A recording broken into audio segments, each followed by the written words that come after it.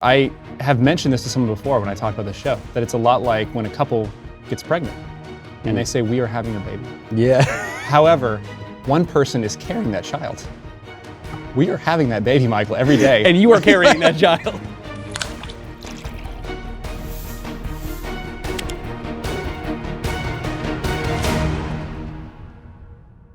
Welcome to a very special episode of Yes or No. This is a very special episode because while we have had many illustrious figures on this show before, never, to my knowledge, have we had an actor, a movie star, someone who is in the movie that is released nationally right now, Courageous Legacy. This is the follow-up to a movie that was released in 2011, did extraordinarily well, and a good movie about faith, about family, about fathers, a good movie about the police, and a movie where one of the stars is the producer of this very show.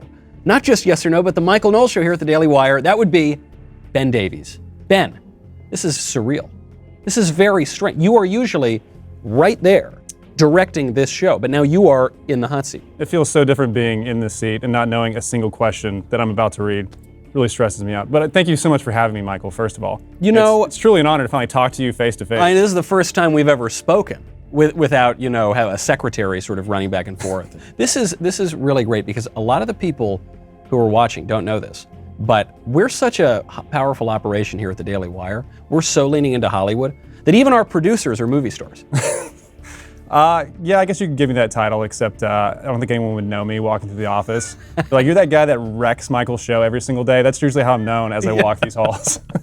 But you really have had a long career in film, and this is a big movie, and it did extremely well 10 years ago. And now this new version, where you've all aged, obviously 10 years. This is now in theaters nationwide. Yeah, it was great to come back and see how old everyone got after 10 years, but it is great to see there was such a great response from the first movie that came out in 2011 with Courageous, and then the impact it had across the country that Sony actually came back and like, hey, can we print some more money and release this movie again?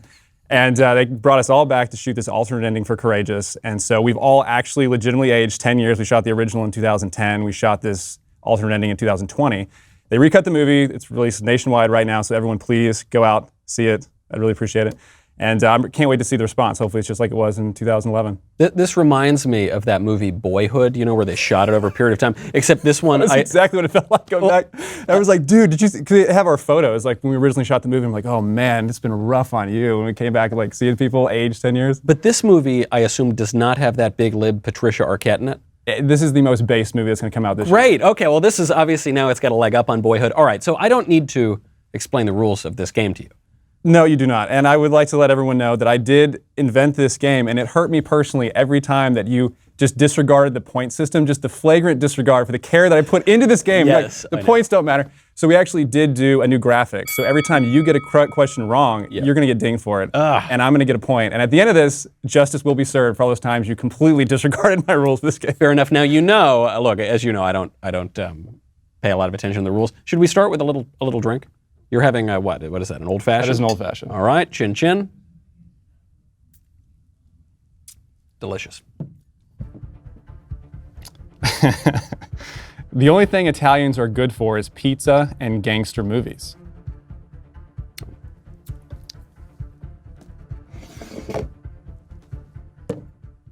It's ridiculous. There's so many great Italians doing so many great things. We're also good at being gangsters. Yeah, secretly. The gangster movies come from somewhere. Michael does run this place with an iron fist. Like, everyone is scared of what they're going to find if they cross Michael. It is really tough sometimes. Like, there was, I don't know, can we tell tales out of school about personnel stuff around? So there was this guy. We can always cut it on post. Yeah, okay, that's because there was this guy, Elliot Ness, one time who worked for this company, and he made a mistake, and sometimes you get written up at HR, maybe you get sent home or something. But this guy, Elliot Ness, that's not how I reacted to him. I said I wanted this Elliot Ness dead. I wanted his family dead. I want his house burned to the ground. I want to go to the ground. I want to on his ashes. People don't know that because it wasn't on camera. You still got it. Most people probably know you just from the Michael Knowles Show, but Michael Knowles is a very talented, successful gangster actor. Mafioso. So now we both got that right. I think we'll both get a point. If we both get a point, of course, you drink. Yeah, I think so. Yes. Okay. Christian films are only entertaining to people with morals. Wow. Did not write that one.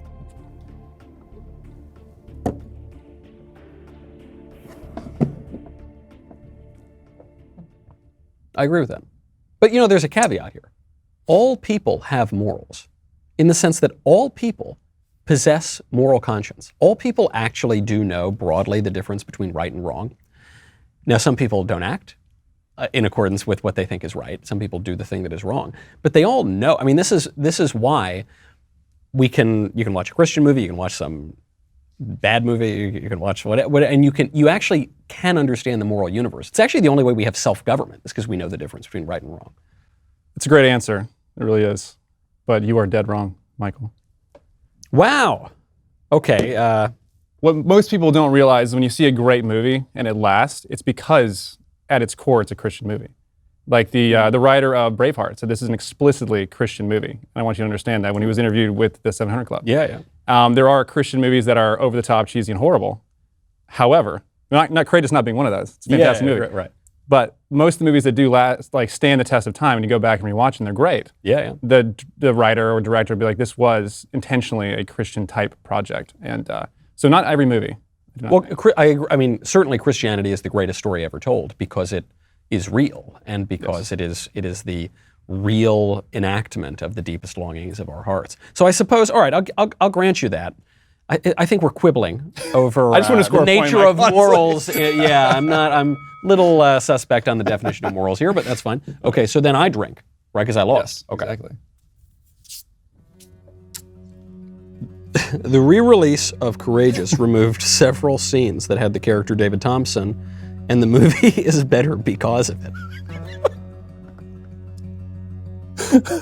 Now I have to answer how you would answer it. Yeah. Oh, man. Someone's I'm gonna definitely going to get fired. So I'm I not- know the people that wrote these questions, but... I'm not going to answer the way that I would answer it. I'm going to answer it the way you would answer it. Correct. Okay. Well, have you seen the first movie? Not yet, but I am going to end up seeing it before I see the second movie. Then, So you're going to say no, because I don't know for sure. exactly. Okay. That's fair. That is fair. I can't make a judgment about these things. Yeah. Here's the problem. I have seen the first one, and I have not seen the new cut.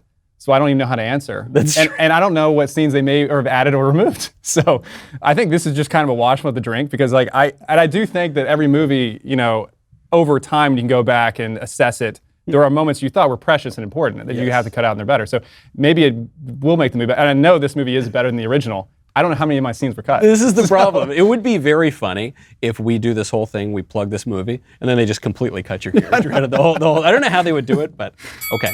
So I think we should probably drink for that. Yeah. That's good. Okay. Okay. The person sitting across from me is easy to work with. So I got to answer for you. Yes. Okay. Now, correct.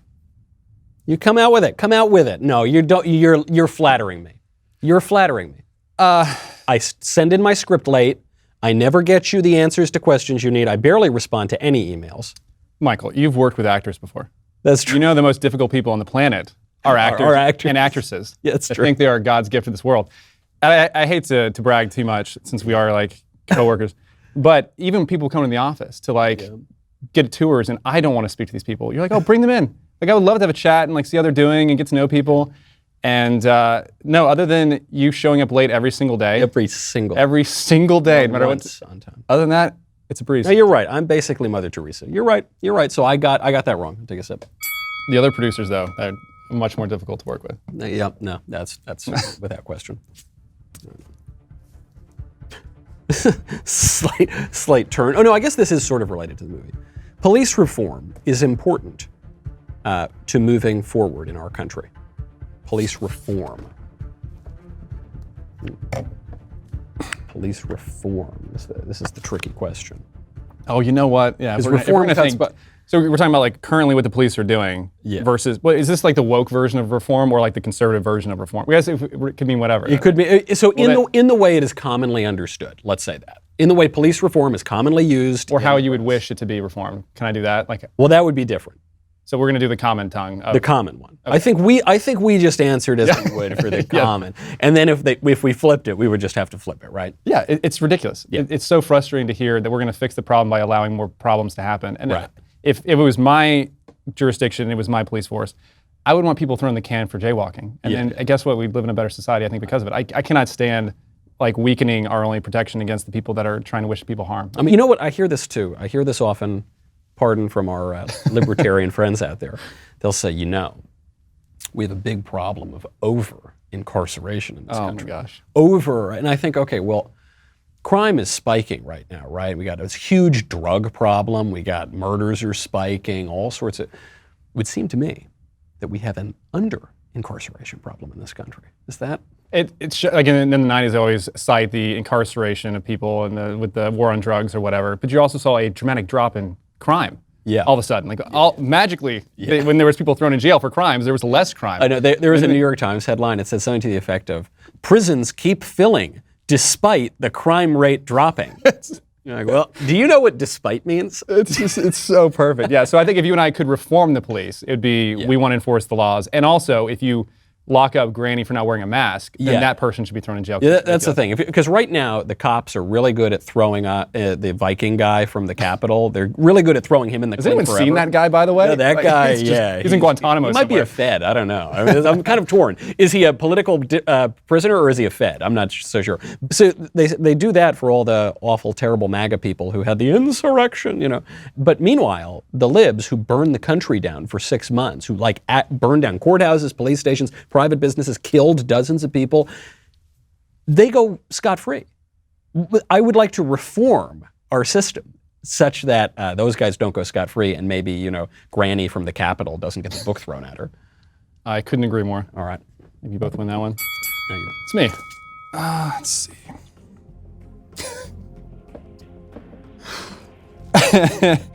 Oh, this is a good one. This is probably my favorite one so far. I got into political news because I couldn't quite hack it as an actor. And there's an old saying about this too. Yeah. However, so you got to answer for me. I got to answer for you. However, we're both in political news. Yeah, but you're in a movie that just came out. It's all right. So I'm going to say no. You're actually right, because a lot of people don't know this, but I was in politics first. I did not know that. I was, my first political, I'm saying professionally, obviously, when I was a kid. Although, Frank, I did my first little play when I was a kid at age 8, but I did my first campaign at age 6, because I campaigned for Bob Dole in my first grade classroom. But no, my first professional campaign, I was 18 or 19, and I'm trying to think my first really professional acting job, I was probably more like 22 or 23. So a long love. I think the two are actually extremely related.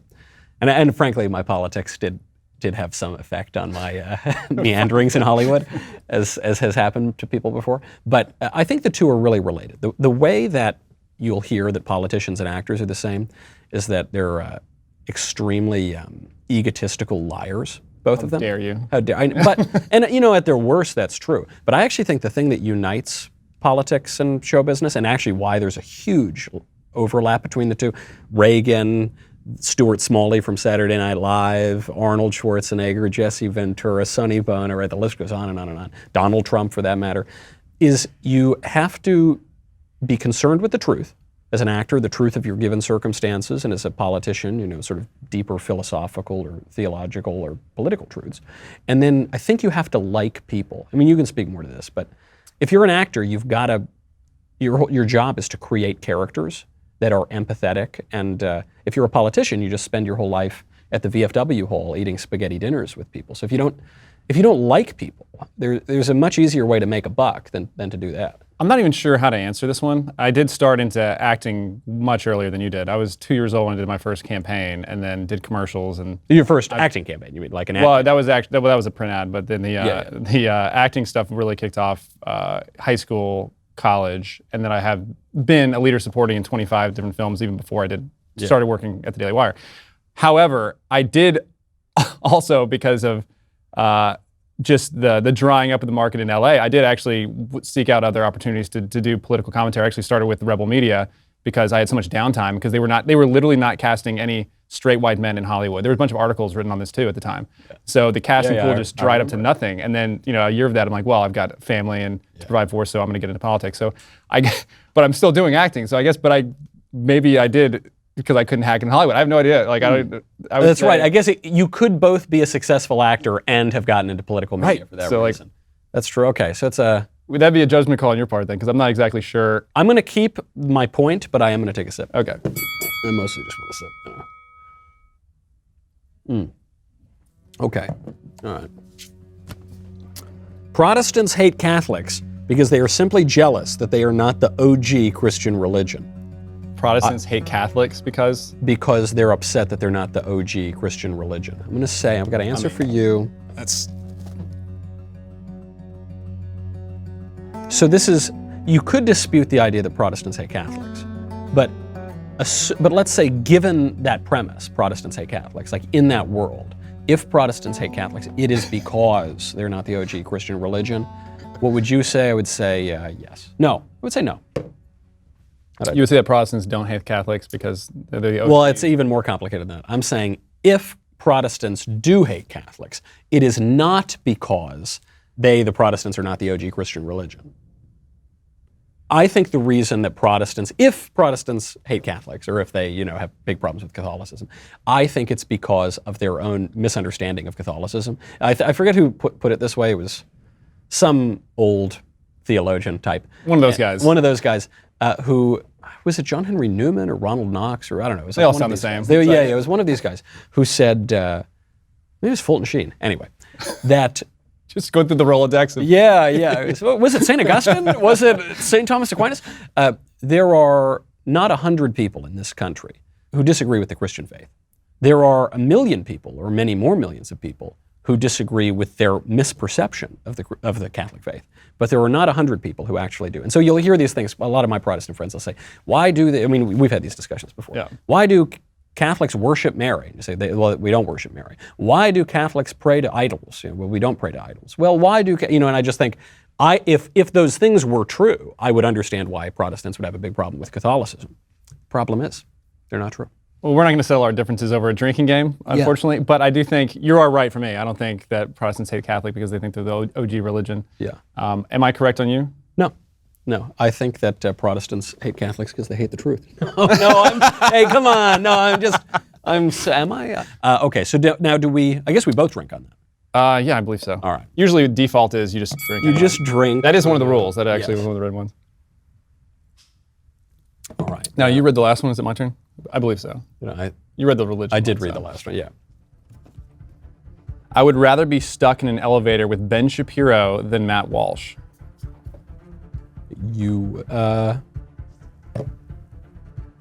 Oh, come on, Michael. You know me better than this. Because you hate Jews. I thought the Catholics hated the Jews. Yeah, hold on. No, I would like to hang out with Matt Walsh. Ben is just he's so much more intelligent than me that I feel like I couldn't have a conversation. The only thing I would do is take a selfie and ruin half my friendships because they know that I'm friends with this Nazi Jew that is just trying to destroy the world. Right, a white supremacist. Yes, no, it is tough to keep up with Ben too, because the thing that Ben does is he's doing like 4 things at once. Yeah. All the time. So you'd be having a conversation, but he is writing a column, you're getting both. But another person I've heard does that is Jay Leno.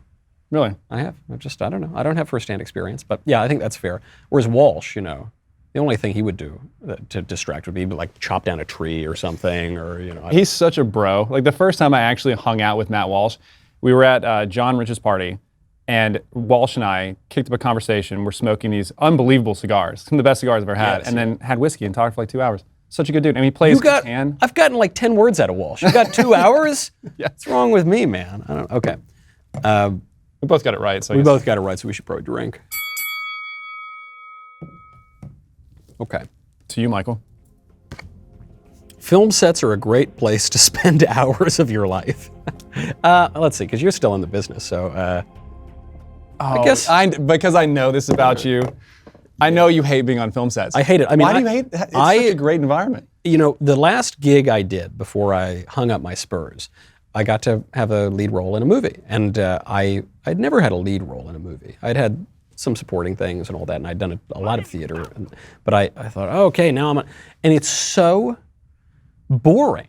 And it's so, because you sit there, I mean, you sit there for hours and hours and hours, you do nothing, no one's even reading, you're just kind of making small talk and chit chat. How many of those have I had? You do all of that. And the other thing that's technically very hard about this is with a play, it's linear. So you work on your sort of character arc in a very direct way. Or with a movie, you might film the last scene first, and then the middle scene next, and then... I hate plays so much because of this. I've never done plays in my life. Like, I've done 25 films, never done a play. And there's something so pure about being in the moment. You like dive into these scenes. I think it was, describing the film set to some people, I was talking about my history in track and field, which that was what I did before acting. I was the actual national record holder in the decathlon. I went to the University of Florida, and I was the best American ever at the time going into it, and then I got hurt and got into film. Yeah. But no, I know. I got injured in my decathlete career too. This is really how we bonded, was talking about the swimming or whatever. Yeah. But no, it's just, I describe it as just each event, you have to go on to the next one, and it's the most important event of your entire life. When the gun goes off, you just go. And so every time I'm in an acting scene with somebody, I love digging into the dramatic, broken moments of these movies and getting to experience that, and you're with people that are like in the trenches with you, and when you're working with a good director, then they trying to capitalize on what you're doing and you collaborate. It's this beautiful piece of art every single time that I love, and I can't get that experience. As much as I like to think that us doing the show every day is that much fun, it's just not quite that. It's a very intense experience being on a movie set. Yeah. Because it's like summer camp. I mean, you fall in love with people, you form cliques, you think you're all going to be friends forever, and then you never talk after the movie in some cases. And whereas with a play, it's much more like a real job. You show up every night or whatever, 4 nights a week, and it's much less intense. It's much less intense, for sure. Than movies. And I guess it's a good question, too, because I don't know if any of these questions are going to cue this up, but because it is such an intense experience, I know there's a debate about should you be intimate on camera with someone that's other than your wife, and now you are married and an actor, or you have acted. I'm not, I hung on my spurs. Do you agree that is something that you should encourage as far as because it's not reality, however, you're still doing some type of act, which would be also in reality? Yeah, I'm really torn because my acting training, such as it is, was very much from the school of the subconscious. The people like Wynn Handman, Stella Adler, Sanford Meisner was Handman's teacher. It all comes from the group theater, and the group theater comes from, was influenced by Russia, by Stanislavski, and Stanislavski was influenced. It's all Freud, basically. It's all this idea that in sort of technical or method acting, as it's sometimes called. These terms are a little imprecise. There's nothing more annoying than a method actor, by the way. but there are so many different versions of it. Yeah. The thing that unites all of these ideas is this idea that instead of, I'm in the scene and I'm going to be angry at this person, and so I'm going to do the things that would make me appear as though I'm angry at this person.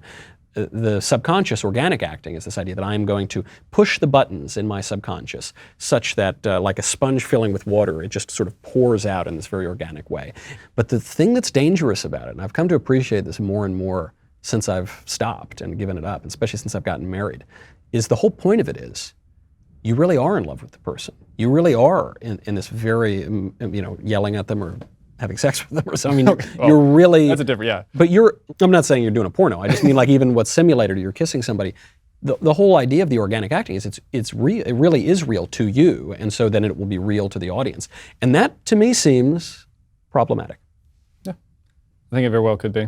I mean, putting the porn aside, obviously it's a different. I haven't done that since I left Chatsworth. It's like a town in the valley. It is. It's hard to describe to people that have not been in film. Like people think of The Notebook every single time. Like, how could you kiss this person and be so, it would be betray the person that you're married to, and like that trust and that level of commitment and that emotion. But when you're in those scenes, you haven't thought about the 8-hour day, the 10 people around you screaming, going back to one, cutting, microphone. It is so removed from what you see in that perfectly formed frame that, if I came up and touched your face, it'd be different than if I touched your face intimately, Michael. And so to me, it is a great conversation. I love having those with different actors. I have a lot of Christian friends that do not kiss on camera. People will see in a movie coming up that I do. But yeah, Kirk Cameron, who's a good friend of ours. Because he's a good person and you're just a degenerate cat. Apparently. Yeah. It does to me feel very different. And it's a conversation you do also have with your spouse, because this is you're together in this. I just can't believe every time we've kissed on camera, it's not real for you. That's what I'm upset about. It was real for me, Michael. I would be okay with allowing girls to compete in men's sports just to show the absurdity of the notion. That is, or for example, letting Sarah Fuller get totally rocked if she had ever dropped the ball. I don't know what that reference refers to. I know this reference. I know who wrote this question. So we should let women compete in men's sports so we can just to get show absolutely how rocked. crazy it is. Yeah, and okay. then we feel bad for the women. It's like, how would you dare put this woman in this situation? Okay. No way. You wouldn't put the women in that situation just to show them they're wrong? No way. This is this whole thing of like, let's elect Bernie just to show everyone how bad it is. Like, no, it's my country, damn it, and it's just wrong. We did we did a very similar question to this, I believe, with you and Will Witt. Yeah. And was I? No, I was wrong too. Okay. I think we should because for example, like, do you agree with like that you should be able to discipline your child, like spanking, biblically speaking? Yeah, I mean within reason. Yeah. Yeah, exactly within reason. I think there is no better cure for insanity than reality, and for you to get what's coming, like, you don't touch a flame because you've been burned before. And as soon as if you keep people in a bubble, you keep your child in a bubble, they will never learn reality. Same thing if they may get a physical reaction to burning, but if you let your son talk to your wife that way, right? Like he needs to know that is not okay. Yeah. And I think it's so great for these states to go down this road and let people get absolutely rocked, so reality will reassert itself. A lot of these women don't want to compete against men. I mean, some do, and some are willing to do it, and then they get their heads cracked open because of it. But I just think I think it is just simply wrong to fight a woman, for instance, and like punch a woman. And so I just don't. Even if it will, I grant your point, it'll teach the lesson. I still don't want to do it. I grant your point too, but there is something about having reality, because you and I can talk all day. Yeah. There is something that is just undeniable that people can experience, and that is one of those things. But why don't if Sarah Fuller tries to tackle somebody, is Sarah Fuller a dude or a chick? She was the kicker at Vanderbilt down Oh there. yeah, it was absolutely came to the White House. They lost the game. Yeah, they lost every game. Vanderbilt. It's going to take a long time to recover from that publicity stunt they did. But I think I hear your point. We've talked about this before, but I think reality is the only way to break through to these people. It's like that is the red pill moment. But what if instead of merely having to persuade them and get their assent what if we just impose our will, which happens to be correct in this case? You're saying maybe we don't have the political ability to do it. I don't think it would change their mind. They would just say that you're wrong and you're a bigot, which maybe you are a bigot, but it's just like... on this question, I am a bigot, yes. No, punching women is bad. I'm not opening my mind on that. So I think I got that one right. Yes, and I got it, so I got it right. Yeah. I had a great high school experience and am in no way compensating by chasing fame. All right. How long do we have? Yeah, I had a great high school experience. Yeah, I'm sure you did. Yeah, man, I was like no, really? No, it was horrible. Hold on, so this is why this question's being brought up. Like, I had a great time. I was like class president. I'm sure you did. And all stuff. Perfect SAT twice. Good-looking guy, college. But hold on, you're a good-looking guy. I don't want this to get weird, okay? But you're a good-looking guy. Obviously talented athlete, talented actor. Yeah, I figured you'd be like, wooing all the honeys up on Lover's Point. What do you mean you had a bad time in high school? I went to a really wealthy, great Christian private school, and everyone was good-looking and athletic, Michael. And I was homeschooled until I was in 8th grade. Went to high school, had no social skills as far as how to interact with people that weren't just being like perfect homeschool people. Have you ever been to a Sadie Hawkins dance before? Yeah, I think once we did it in my school. But where the women asked the men. Right? I was never asked to one. And then in high school, you get asked a jersey to wear at the different football games. Like the women will ask like a jersey to wear. I had a total of 3 girls ever ask me to wear the jersey in the entire 4 years. And I still remember their names because I appreciated it so much because no one... At my own high school, it was a very, very difficult experience. And it was a high school down the road, actually, from here. I bet those ladies are regretting it now. You missed out on this hunk, ladies, this hunk movie star. Wow, that's crazy. All right, I'll drink. So now you're up. Yeah. I title the Michael Knowles videos for YouTube to be as clickbait as possible.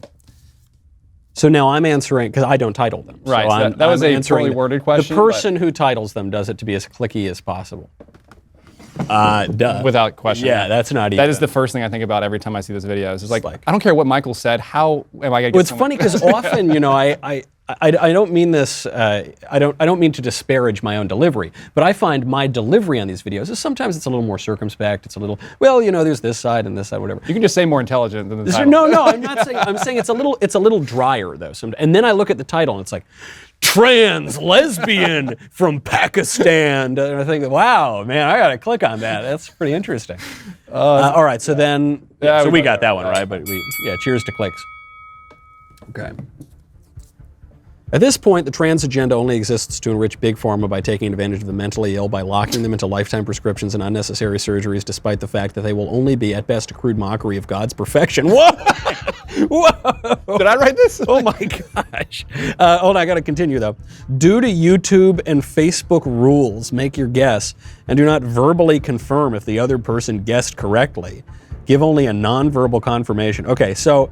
Please sum that up for me. I'm gonna sum it up in a slightly less outrageous way. Powerful interests are exploiting sexually confused people to enrich themselves and to advance their own goals, but not to help these confused people. Well, when you put it that way, Michael. And I still think we can't affirm or deny. Of course not. Okay. All right, you're up.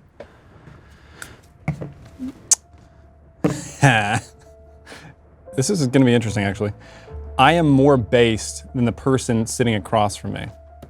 The question is like by your definition of Yeah. So I'm answering how you would answer about me. I would say yes. Yeah. I think I'm way based. My answer for why this cannot be is because I'm Catholic. Yeah. It gets back to the earlier, because I'm Catholic, because I don't believe in like malliberalism or whatever, which I do think the sort of non-Eastern Orthodox or non-Catholic Christians inevitably sort of partake of that modern thing. And you think because I would lock up Catholics. And if you would agree with that, then. And it's like, because sometimes I won't even admit they're turning the frickin' frogs gay. Because they're not, they're turning them trans. That is exactly right, yeah. Okay. I'm up. I could produce this show totally on my own. Well, I definitely can answer for you. Well, no. A chance, man. No, but yeah, I think I actually have done this basically before. I can barely get from the makeup room into the studio. I need a giant and never on Polish time, man, by and the way. certainly never on time. No. Yes, so that was obviously correct. All right.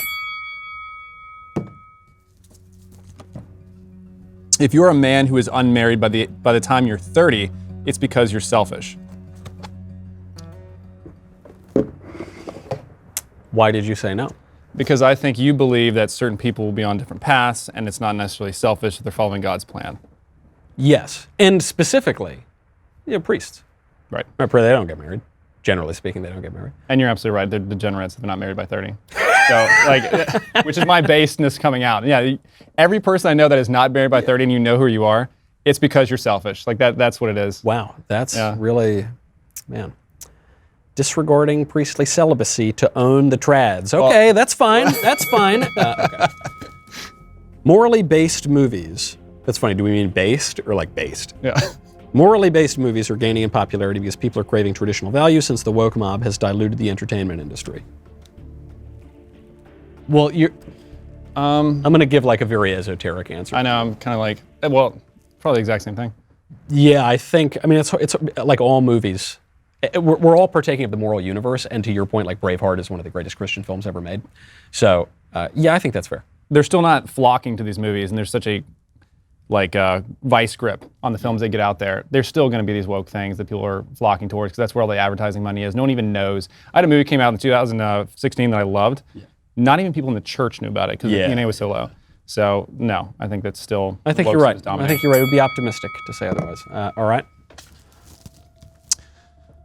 Having a day job means you haven't really made it as an actor. Oh, having a day job? Well, I guess.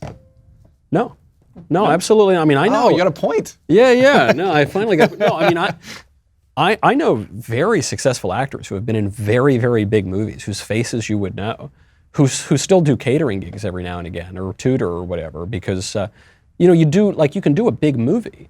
But you might only work once or twice the year. I mean, it's just as a matter of time. It's like $15 an hour is going to support your family. Sometimes you need that $15 an hour. I mean, I think, Ryan Gosling, didn't he go back and work at fast food after he made some big movie? I mean, it was, because he hadn't quite hit his stride again yet.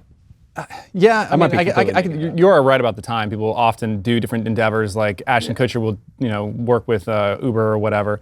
However, I think it, by definition of you making it, it's like these are just kind of toys that you're playing with. It's not like I feel like if you're a working actor, a real successful actor, then you don't have to. You're just doing this for fun.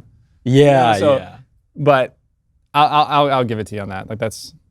Yeah, to really I guess, there's making it and then there's making it. There's making it and then there's like Brad Pitt. Yeah. Okay. Oh, we're getting right to the bottom here. Last two. I do more work for this show than the person sitting across from me. Well, I'm not going to be offended, Michael. This is tricky. Here's why it's tricky. I would say you do more things for this show than I do. For both this show, obviously, and for my show. I think you do more things for it. But I'm thinking about it all the time. I'm writing all the time. I'm stewing. I'm traveling. I'm trying my darndest to own every single lib that goes before me. Every slight interaction, every invitation, all of it is oriented toward one thing. You. So I would say it's very difficult to quantify that. And trying to outbase me. Yeah, I know, certainly. Yeah. So now, well, I would say I do spend a lot of time stressing about this show. You do. And thinking of how am I going to title this to be clicky enough for people to pay attention to Michael Knowles? Yes, no, you're right. What should I put in the thumbnail every single day? Who is messing up on our set that I have to fire or tell to do something better? Yeah. There's a lot of things that I'm worried about every day. You're right. You're right. However, I have mentioned this to someone before when I talked about this show, that it's a lot like when a couple gets pregnant and they say, we are having a baby. Yeah. However, one person is carrying that child. We are having that baby, Michael, every day. And you are carrying that child. Yeah, that's actually no. Yeah, you are. wow. I will say that you are. Yes, carrying, you are carrying that child, and I'm the husband, being like, I'm hey, trans. I'm a part of this too, baby. I'm trans, and you're my sugar daddy. People don't know this about the show because it seems so. A lot of times we try to make it casual on purpose so it's relatable. However, you are in that room writing, furiously, and working, slaving away for you. like in the time. Salt mines, I know. And I almost feel bad to come in there and like talk to you about why Catholics are wrong, but it's like I have to do it. You have to do it.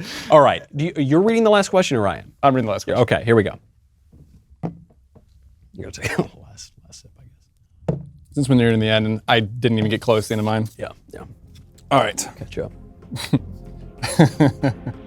Well, being this is like such a stupid. It's such a stupid question. Being tall and attractive has helped my career. Well, by whose definition is the problem? Let's see. I would say, well, for you, yes, and then let's see what your. Well,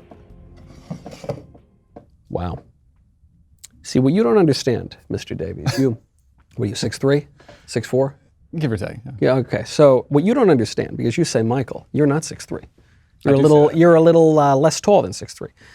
So your conclusion of that is that I am not tall. But you see, these things are a little bit relative, because compared to the Italian peoples, compared to the people in New York, I am Shaquille O'Neal. I am a giant, actually. There's a photo. I went to Italy once. I was 15, so I was still growing. And I took a photo with these two guys, who were just kind of average Italian guys. They went up to my chest. But yet if I were to go to whatever Scandinavian, Viking yard that your people come from, they could stomp me probably down. So I think relatively, I'm going to have to move this to a yes. Okay. I think you lean into the intelligence, Michael. And I think that is where your real gift is. Wow. The Scandinavian people, I think on average, are 6'1". So that's like the average height. So you're right. This is why height is very different than the Italians, apparently, which are allegedly pygmy people, according to you. I had no idea they were that short. It was tough. It was tough in the boot for a while. I found out that I did an ancestry sort of thing, my DNA, and I found out I am part Swedish. I thought, well, I don't look Swedish. What part is that? Yeah, I thought it was a small part. Something tells me one of your ancestors went marauding some coast of Britain or perhaps even Italy, and maybe had a little fun with some of the locals there, and that might be the result. That explains this. That explains this. Ben, the movie's out now. Yes. People can see it. People are seeing it. They can see you now Often they can't see you. Often you're behind the camera. But they're seeing you right now. And you should see me in theaters. And we should all go see Ben in theaters. Go check it out. Courageous Legacy. Chin chin. Chin chin.